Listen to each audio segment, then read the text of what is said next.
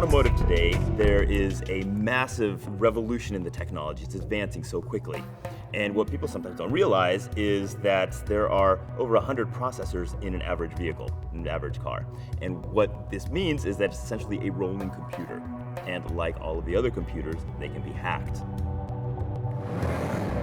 Autonomous driving will be a boon for society for many reasons, but there are inherent dangers. And it's not just autonomous driving. As soon as you have a system that you can connect to the internet that control the car, then somebody could take over that car and do things that shouldn't happen. I mean, we've all seen the movie where the doors lock and the car starts going very quickly and then runs off a bridge or into a building or other things. This is not science fiction anymore. New technologies always come with cybersecurity risks. In this case, it's a vehicle.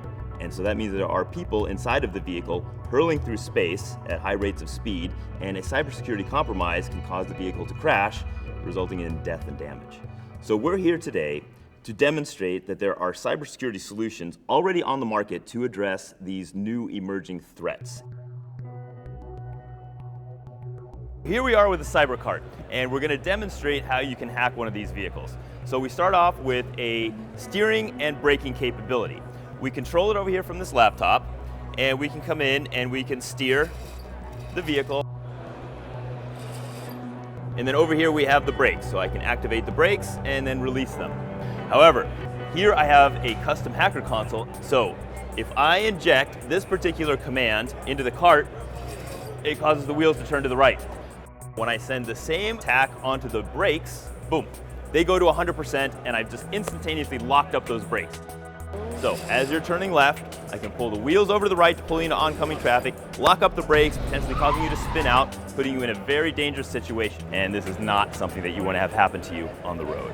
This is an electronic dashboard based on our technology, not just to display what's happening in the car, but also to be able to connect to the internet, to be able to keep the software on this display up to date so that we can add new software at any time. We can keep it up to date, and we can be able to do that not just with single cars, but with fleets of cars as well. So we have a partnership here between LHP Engineering Solutions and ICAS from Germany, and we're building a solution where we have a system that assures the integrity of the software within the vehicle. And that, in turn, allows us to protect the data passing through the vehicle. So it makes it much more difficult for the bad guys to come in and put in their malware and make their changes to implement their cyber attacks. Real-time response is critical for embedded systems, particularly cars, for control and for data collection. So if you're a hacker, this means that if we see some weakness, we can change the system to remove that weakness in a very short period of time.